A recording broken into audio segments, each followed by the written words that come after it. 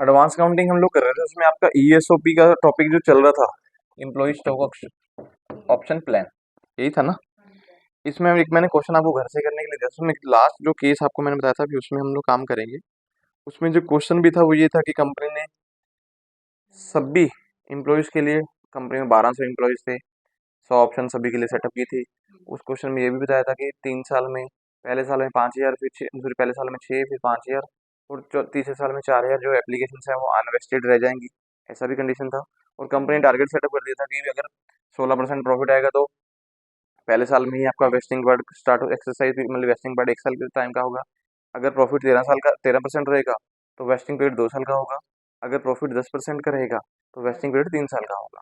लेकिन उसमें बाद में उन्होंने ये भी बताया था कि हमारा प्रॉफिट जो आपको एवरेज बेस पे चेक करना है, 15%, 10% और 6% ऐसा प्रॉफिट कंपनी ने 3 साल पे आया था, आपको एवरेज बेस पे चेक करके स्टार्ट करना है। इसमें मेन जो प्रॉब्लम आती है कि हम जो डिस्काउंट सेटअप करेंगे, जो अपना खर्चा प्रॉफिट एंड लॉस में डालते हैं, वो कितना डालना है। अगर ऐसी कोई कंडीशन आए तो कंपनी में इस तरह का क्वेश्चन अगर आपको आ जाए तो इस तरीके से सॉल्व किया जा सकता है। पहले तो आप 3 साल का डाटा बनाइए, हम लिख लेंगे ईयर 1, ईयर 2, ईयर 3। यहाँ पे मैं पार्टिकुलर्स लिख लेता हूँ। कंपनी में हमें ये सेटअप करना होगा कि हमारे पास ये परफॉर्मेंस किस बेस पे है। उसमें एम्प्लॉयज आपके पास सारे लिखे हुए थे, 1200 एम्प्लॉयज हैं, लेकिन लास्ट में ये लिख दिया था कि जब हम एक्सरसाइज पीरियड में जाएंगे तो 1,000 एम्प्लॉयज ही एक्सरसाइज पीरियड में जाएंगे, ये कंडीशन थी। 60 रुपये मार्केट का प्राइस था, 30 रुपये में एम्प्लॉयज के लिए शेयर रखा गया था, ये था। सबसे पहले हम पॉइंट बनाते हैं, number of option for employ. पहले साल में एम्प्लॉयज के लिए नंबर ऑफ ऑप्शन कितनी है? 1200 एम्प्लॉयज थे पहले साल में, ठीक है जी। हर एक एम्प्लॉयज को कितने शेयर मिलने वाले? 100, मतलब कि 1,20,000 हो गया। और क्वेश्चन में ये भी क्लियर किया गया था कि पहले साल में 6,000, दूसरे साल में 5,000 और तीसरे साल में 4,000। ये ऑप्शंस जो होंगे अनवेस्टेड रहेंगे, मतलब कि अगर पहले साल में 1,20,000 यहाँ पे बनाते हैं, 1200 एम्प्लॉयज को 100 शेयर के ऑप्शन है, 1,20,000 ऑप्शन है, उसमें से 6,000 माइनस कर दें, 1,14,000 ऑप्शन रह जाएंगे पहले साल में। दूसरे साल में ऑप्शन कितने रह जाएंगे? 9, 1,14,000 में से 5,000 माइनस कर देंगे, क्योंकि पहले साल में 1,14,000 रह गई है, तो पाँच दूसरे साल। नो नो नो, हम ईयर वाइज देखने वाले हैं ना, हर साल का अलग अलग है। तो पहले साल में अगर आपके पास 1,14,000 रह गए, तो 1,014 में से 5,000 और खत्म हो जाएंगे, तो कितने रह जाएंगे? 1,09,000। अगर 1,09,000 आ गया तो क्या आ गया? तो 1,00,000। मतलब हमारे पास पहले तीनों साल की ऑप्शंस अवेलेबल हो गई हैं जो एम्प्लॉयज को दी जाएंगी। अगर आप इसमें काम कर चुके हैं तो उसके बाद आपको देखना होगा भी कौन से एम्प्लॉयज को कितना कितना हमें डिस्काउंट में लेके आना है, हमारे एक चीज का डिस्काउंट बनाना पड़ेगा। टोटल कंपनसेशन बनाते हैं, टोटल कंपनसेशन एक्सपेंसिव, कितना कंपनसेशन हम देने वाले हैं, किस हिसाब से देंगे भाई? मार्केट प्राइस कितने की है शेयर की? 60 की। और लेबर को जो एक्चुअल प्राइस हम देने वाले कितने की? 60 की है, 30 देंगे तो मतलब कि 30 रुपये का कंपनी देंगे, तो 1,14,000 को मल्टीप्लाई कर लेंगे 30 सब, कितना हमारे पास वैल्यू आता है वो चेक कर लेंगे भाई। हमारे पास वैल्यू आता है सबसे पहले 34,20,000 पहले साल में, ठीक है। उसके बाद 1,09,000 को 30 से मल्टीप्लाई किया तो 32,70,000। तीसरे साल में 31,50,000। ये 3 साल का एक्सपेंसिव बनता है टोटल, लेकिन हमें ईयर वाइज देखना होगा। कंपनी में ये भी सेटअप किया था ना, पहले साल एवरेज बेस पे चेक करना है कि प्रॉफिट होगा, कंडीशन बोला था कंपनी ने 16% प्रॉफिट होगा तो पहला साल ही आपका, तो हम ये टोटल अमाउंट ले लेते हैं। अगर आपका प्रॉफिट उसके बाद 16, दूसरी कंडीशन 13%, तो हम दूसरे साल में ये ले लेंगे। अगर 10% यही था ना, तो 30 ले लेंगे। लेकिन हमें एवरेज उन्होंने बोला कि हमारा पहले साल में जो प्रॉफिट आया वो 15% आया। अगर पहले साल में आपका प्रॉफिट 15% है तो आप किस कंडीशन में आ गए? 16 से नीचे चले गए, मतलब इसके बीच में आए हैं, तो हमें जो पहले साल का ये 34,20,000 रुपये आपके आया है, इसको हमें 2 साल में देखना पड़ेगा। तो वेस्टिंग पीरियड कितने साल का हो गया? 2 साल का। तो हम यहाँ पे एक कैलकुलेशन कर लेंगे, compensation expenses of the year, एक साल में कितना एक्सपेंसिव डालना है। हम क्या करेंगे, 34,20,000 1/, यही होगा। तो 1/2 करके हम इसको खत्म करते हैं, हमारे पास वैल्यू आ गई 17,10,000। पहले मतलब एक साल में हमारा ये खर्चा लगेगा कंपनी में, वो कितना लगेगा? 17,10,000।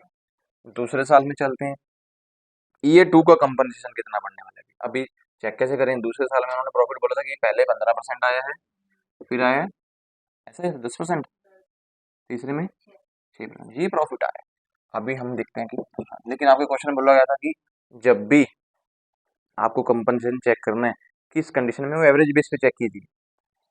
15 और 10 का एवरेज टोटल कितना हो गया? 25। एवरेज कितना हो गया? 12.5। तो हम किस कंडीशन में आ रहे हैं? 16, 13 और 10, मतलब कि 13 से भी नीचे चले गए।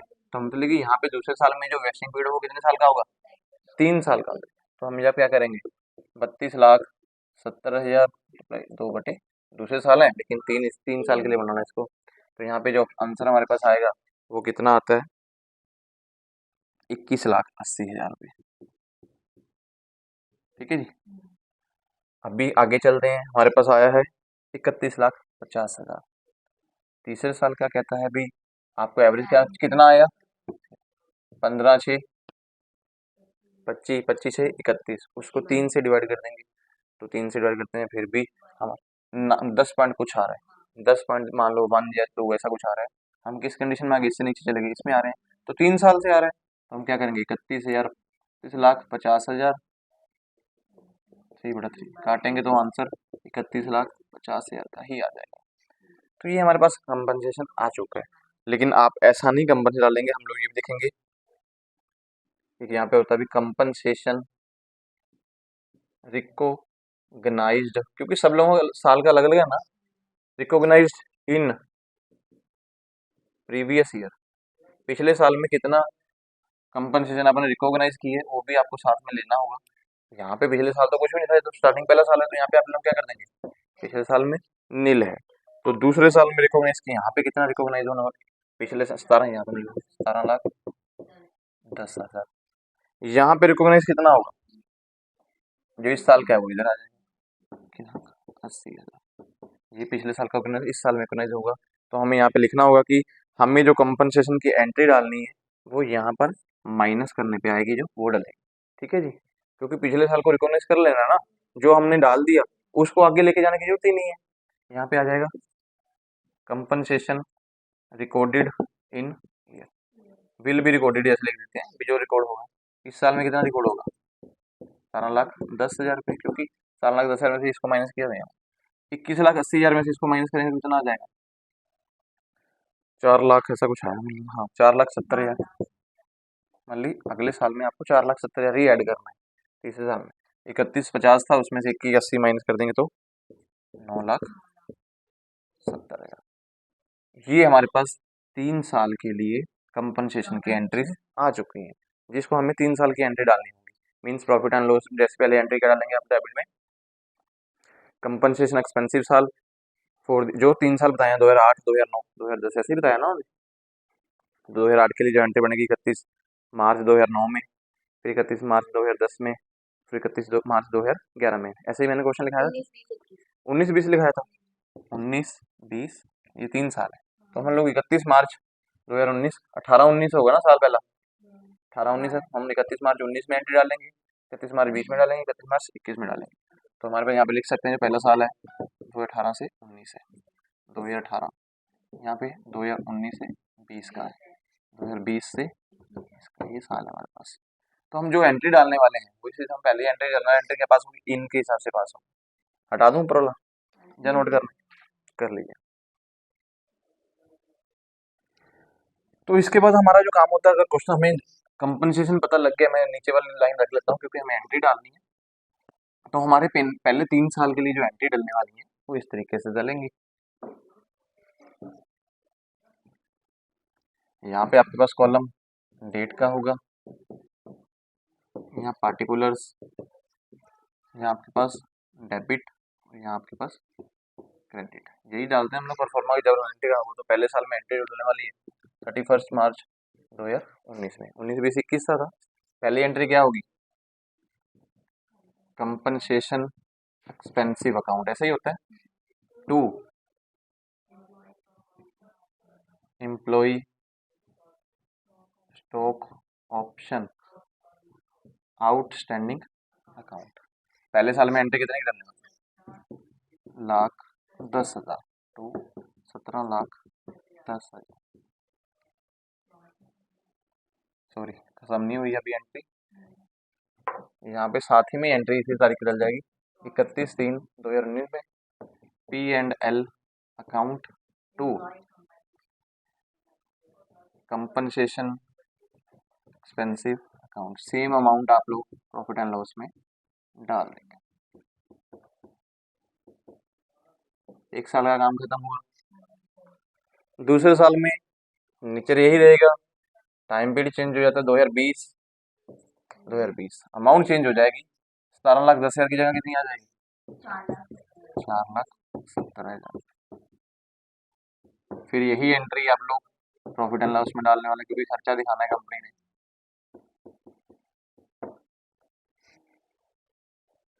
ठीक है जी। तीसरे साल में आपकी एंट्री, यहाँ पे टाइम पीरियड चेंज होगा 2021, अमाउंट चेंज हो जाएगी 9,70,000।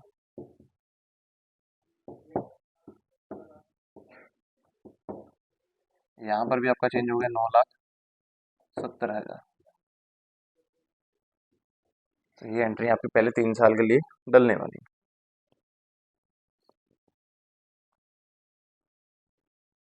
ठीक है जी, हटा दूं। इन एंट्रीज के बाद आपको और एंट्री भी डालनी है कि जो आपके पास पैसा आएगा उसकी भी एंट्रीज आपको पोस्ट करनी है।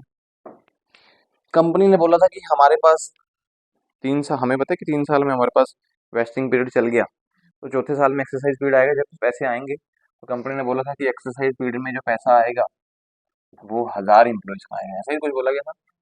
जित तारीख सेम हो गया कि 3 साल ये हो, तो अगले साल में एंट्री डालेंगे। सबसे पहले पैसा कैसा आएगा?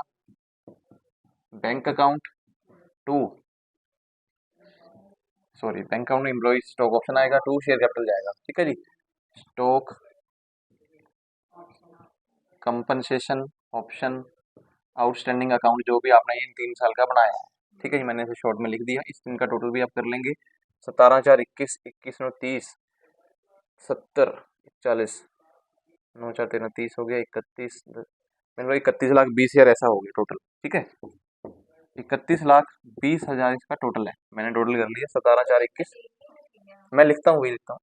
17,421, 21,930, 30 के बाद 17, 70, 70, 40 और 10,000 ऊपर आया है। 31,20,000 ही बन रहा है। 31,60,000, हाँ मेरे को लगता है इतना ही बन रहा, बाकी एक बार चेक कर लो आप लोग।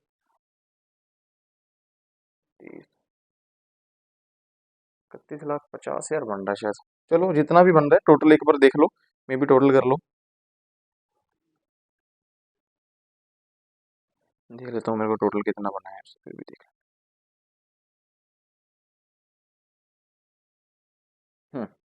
31,50,000 ये टोटल बन रहा है। ठीक है जी, इस सारे का टोटल कंपनसेशन का हमारे पास कितना है?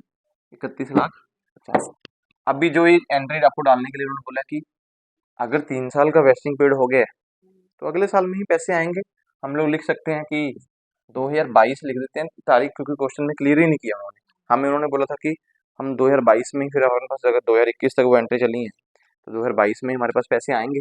ठीक है जी, मैंने ईयर ही लिख दिया अकेला, क्योंकि साल नहीं उन्होंने क्लियर किया था अभी। तो उन्होंने बोला था कि आप डिसाइड करेंगे कि पैसे कब आने वाले हैं। अगर प्रॉफिट मैच कर जाता तो पहले साल में ही आ जाते, अगर प्रॉफिट मैच नहीं किया तो दूसरे साल में, नहीं मैच किया तो तीसरे साल में, तो चौथे साल में पैसे आएंगे। तो हम 2022 लिख देते हैं। बैंक अकाउंट में पैसा कितना आएगा? कितने एम्प्लॉयज का आना था उन्होंने बोला था? 1,000 एम्प्लॉयज जो है वेस्टेड पीरियड में जाएंगे, ऐसे थे ना, एक्सरसाइज पीरियड में, सॉरी। इसको कितने से मल्टीप्लाई करेंगे? 30। 1,000 एम्प्लॉयज सबसे पहले, 100 ऑप्शन सबको है, तो कितने हो गई? 30 लाख होगी, इसको 30 से मल्टीप्लाई कर दिया जाएगा, ऐसे कुछ होगा। हमने तो 60 60 रुपए का शेयर है, ऐसे ही था ना, 30 में आप दे रहे हैं। 1000 को हमने 100 से मल्टीप्लाई किया ना फिर अभी तो। हाँ, 1000 को 100 से मल्टीप्लाई किया तो फिर 10 है ना, 1000 मल्टीप्लाई 100 कितना हो गया, 1 लाख हो गया। उसको मल्टीप्लाई करेंगे। 30 तो कितना होगा, 30 लाख ही हो जाएगा। तो बैंक में कितना पैसा आएगा, सही तो आ रहा था, 30 लाख रुपए बैंक में आ गए। स्टॉक ऑप्शन में कितना पैसा गया आपका, जो आपने आउटस्टैंडिंग अकाउंट बनाया था, कितना जाएगा। अगर 30 रुपए का आपने शेयर दिया तो डिस्काउंट कितने का दिया था, 30 का ही दिया, तो हम एक उससे सेम वैल्यू आ जाएगी। कोई डाउट, ऐसे ही थे सेम, पहले भी ऐसे ही था, पहले भी चेक कर लो, हमने लास्ट क्वेश्चन की ऐसे ही किए हैं, जितने लोगों को आपने शेयर इशू किया। पहले तो सर हम वो जो मतलब जो 90 होता था उससे करते थे, हम 90 क्या होता था भाई, इसमें डिस्काउंट 60 रुपए का शेयर है, 30 का डिस्काउंट, जो 30 का इश्यू हो रहा है, दोनों अमाउंट ही सेम है। उसमें था कि पहले से 150 का था, 90 में इशू हो रहा, 60 का डिस्काउंट था, तब हम 90 से मल्टीप्लाई करते। अब मैं कह रहा हूँ 60 का शेयर है, 30 से मल्टीप्लाई कर, 30 का डिस्काउंट, डिस्काउंट की वैल्यू 30 ही है, इशू की प्राइस भी तो 30 ही बन रही है। हम कर वही रहे हैं, लेकिन आप 30-30 में उलझ गए, ठीक है। तो 30 लाख आपका बैंक में आ गया, 30 लाख आपका कंपनसेशन चला गया। कंपनसेशन कैसे चला गया कि 1 लाख 1000 एम्प्लॉयज थे, 100 उनकी ऑप्शन थी, 30 रुपए का डिस्काउंट था उनको, यही चीज होगा। यहाँ पे आप ब्रैकेट में दिखा सकते हैं, 1000 employees, 100 option multiply 30, 1000 employees, 100 option, 30 का डिस्काउंट, यही आपके पास आया, तो वो वैल्यू बन गई। अब यहाँ पे डालेंगे to share capital option account, ऐसा ही है, टू शेयर प्रीमियम अकाउंट, यही एंट्री पास कर रहे थे। कैपिटल कितने की बनेगी, बनाओ, कैपिटल कितने की बनाते हो।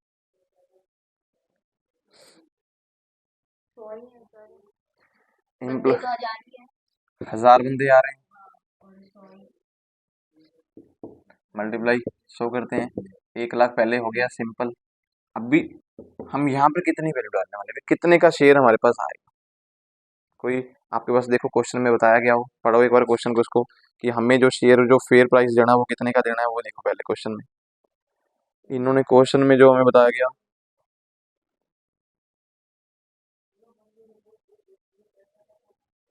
एक तो सर वो इशू प्राइस है 30 और एक मार्केट प्राइस है 60। हाँ वो पढ़ लेते हैं पूरा। मार्केट प्राइस ये किया है, 100 employees depending on the time.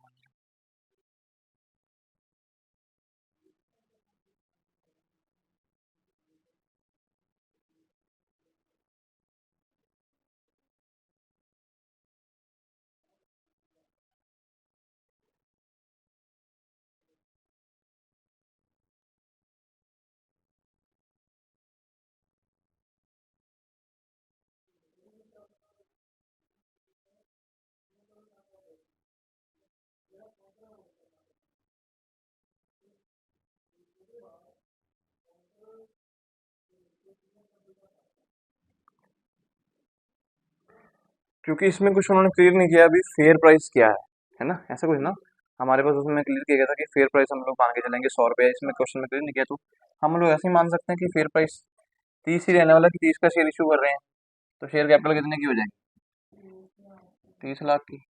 Premium में कितना चला जाएगा, 30 लाख ही चला जाएगा। ये एंट्री पास हो गई, क्योंकि इसमें क्लियर नहीं किया, अगर क्वेश्चन में किया होता ना, जैसे पिछले क्वेश्चन में फेयर प्राइस 100 रुपये रख देते हो, तो इसमें क्वेश्चन में बताया नहीं उन्होंने, तो लास्ट में एक एंट्री के पास होगी, employ option outstanding account, कितना था, 30 हमने यूज कर लिया, हमारे पास 31,50,000 का आया था, तो 1,50,000 रुपये, टू जनरल रिजर्व अकाउंट, ये आपका क्वेश्चन होगा, खत्म, हमारी काम खत्म हो जाते हैं। ये था आपका टॉपिक एम्प्लॉय स्टॉक ऑप्शन वाला। जितने प्रकार का क्वेश्चन आपको आ सकता है प्रैक्टिकल में, वो मैंने करवा दिया, 3-4 प्रकार का हो गया।